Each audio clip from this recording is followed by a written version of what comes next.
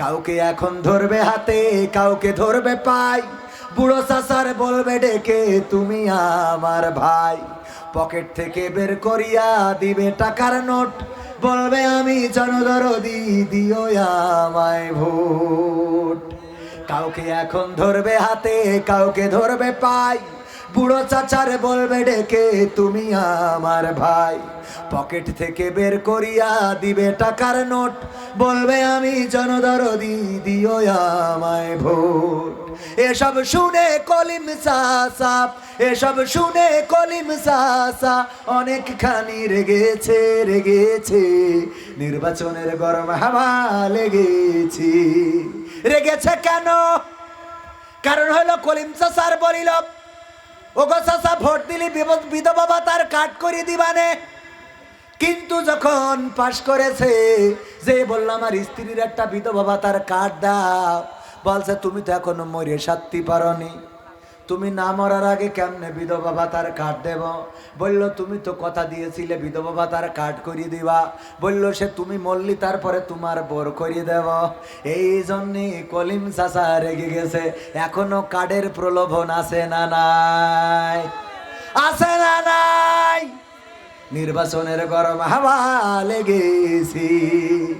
পড়বে নামাজ উজু ছাড়া কেমন ইমানদার, জানে না কোনটা কিসের নামাজ, কোনটা জানাজা। ঈদের চাঁদ কুয়াশার কারণে দেখা গেল না। আমি আমার কলিজার টুকরা সন্তান রে বললাম চলো টেলিভিশন অন করলে শোনা যাবে না।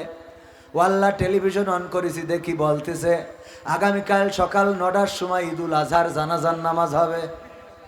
আমার ছেলে বলছে আব্বা চাঁদ কি উঠলো? আমি বললাম উঠে পর মরি গে, কারণ ঈদুল আজহার জানাজার নামাজ হবে। অনেকে ঈদুল আজহা কোনটা আর জানাজা কোনটা বোঝে। পড়বে নামাজ উজু ছাড়া কেমন ইমানদার, আবার এই নেতারা নামাজ পড়ে কেমন করে। যদি আপনার এই বারুইহাটিতে আসে, আসরের আজান এখনো দেয় নাই, জিজ্ঞাসা করে আসরের কি আজান হয়েছে? কয় না। কয় ওক্ত কি শুরু হয়েছে? কয় হয়েছে। তাইলে শিগগিরই আজান দাও, নামাজটা পড়ে যায়। নেতা নামাজ পড়ে, এরপরে বারুইহাটির পাশের গ্রামের নাম কি? বুড়িহাটি। বুড়িহাটিতে যাইয়ে কয় এখন বলো কাটি করলি বলো খেয়ে দিল। বুড়িহাটিতে যাইয়ে বলে আসরের কি আজান হয়েছে? কয় জামাত হয়ে গেছে। বলছে তালি এসো নামাজ পড়ি। পিএস বলতেছে আপনি না বারুইহাটি থেকে পড়িয়ে আসলেন? কয় নামাজ যত পড়বা তত সোয়াব। কয় আপনি সেই সকালবেলা উজু করেছেন, আর তো উজু করেননি। তো কয় তোগের মতো কি আমার উজু হালকা পাতলা নাকি যে পেতে দিলি ভেঙে যাবে? এক উজু এখন চলছে। আমি আল্লাহ ধরি আবার ছেড়েব। বিড়ালি দূর ধরে, দেখবেন ধরার পরে সাথে সাথে কি মেরে ফেলে না, দেখবেন ইঁদুর ধরার পরে আবার ওর নিয়ে খেলা করে, ছেড়ে দেয়, আবার যেই দৌড় মারে আবার যেই কপ করে ধরে, আবার ছেড়ে দেয়, আবার দৌড় মারে আবার কপ করে ধরে। এমনকি মরি যাওয়ার পরেও গুতৈন্য থাকে, গুততি থাকে, এই দৌড় দে ধরো। ঠিক না ভাই? ঠিক খেয়াল করেছেন না? তার মানে ইঁদুরের থেকে বিড়ালের ক্ষমতা বেশি না কম? আবার এই পৃথিবীর ভারসাম্য রক্ষার জন্য আল্লাহ রাব্বুল আলামিন কত সুন্দর করে সৃষ্টি করেছেন। দেখেন সৃষ্টি জগতের বৈচিত্র্যটা দেখেন। ইঁদুর আর বিড়াল, ইঁদুর কি বিড়ালের জমি ফাঁকিতে নিয়েছে? ইঁদুর কি বিড়ালের বাড়ি ঘর ধরতে নামাই দিয়েছে? ইঁদুর কি যে দাঁড়িপাল্লা মার্কায় ভোটে দাঁড়াইলো বিড়াল যে ছিঁড়ে দিয়েছে? হ্যাঁ।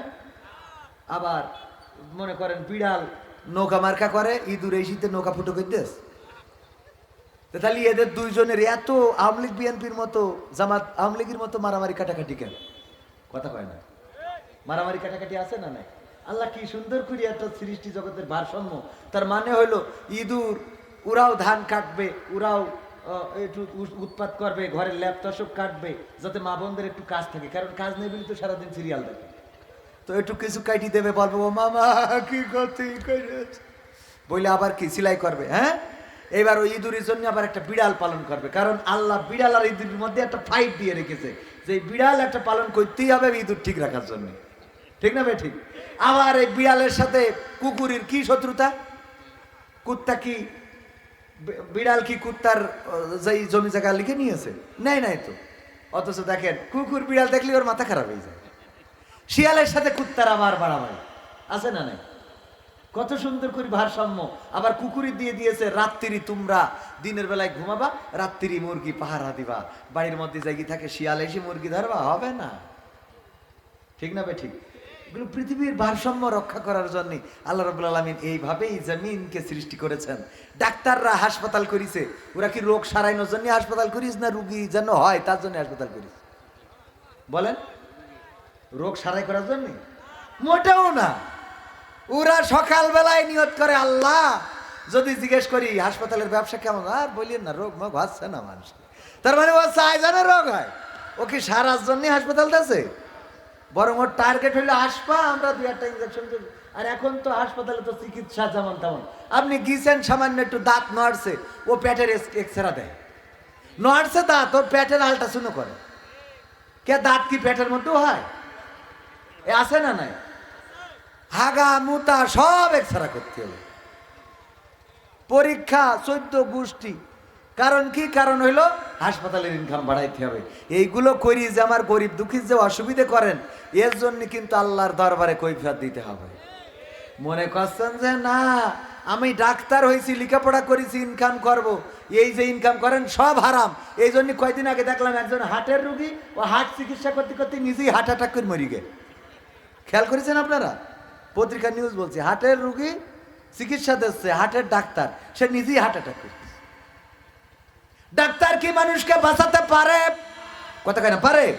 ডাক্তার যদি পারত তাইলে আমার ডাক্তার ওই যে আমার গ্রামের রেশমা নামের যেই ভাতিজি, তারে কেন ফেরত দিয়েছে যে নিয়ে যাও, নিয়ে যে এখন বাড়িতে রাখো, বাড়িতে যা খাইতে চাই খাওয়াও, যা বলে শোনো, যা করতে পায় কইরো, তার মনের কথাগুলো একটু শুনো, তার কথাগুলো একটু কাজে পরিণত করার চেষ্টা করো, কারণ মরার সময় যেন কষ্টটা না নিয়ে যায়। আমি আমার ভাতিজির ব্যাপারে আমার ভাতিজার বউ মানে পুত্রবধূকে জিজ্ঞাসা করলাম, আর কি কোনোভাবে সম্ভব না?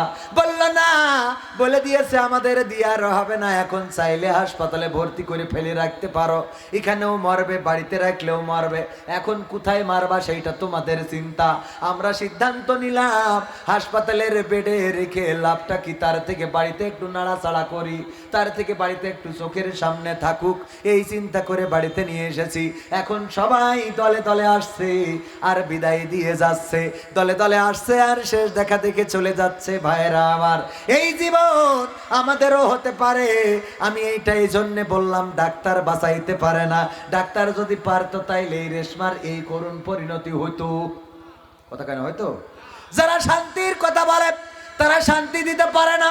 ডোনাল্ড ট্রাম্প শান্তি প্রতিষ্ঠিত করতে চাই জমিনে, অথচ ভেনেজুয়েলার প্রধানমন্ত্রীকে যে অপহরণ করে এনেছে, এমনকি ওই দেশটা ছিনতাই করে নিয়েছে, নেওয়ার পরে তেলগুলো নিজে দখল করে নিয়ে, তার মানে এইটারে বলে ডাকাতি। কি কাতি? শান্তি প্রতিষ্ঠা করলো না অশান্তি করলো? 100 জন মারা গিয়েছে। ভেনেজুয়েলার স্বরাষ্ট্রমন্ত্রী বলেছেন 100 জন মানুষ নিহত হয়েছে ওই তেল দখলে নেওয়ার জন্য আর ওই দেশের প্রেসিডেন্টকে অপহরণ করতে যেয়ে।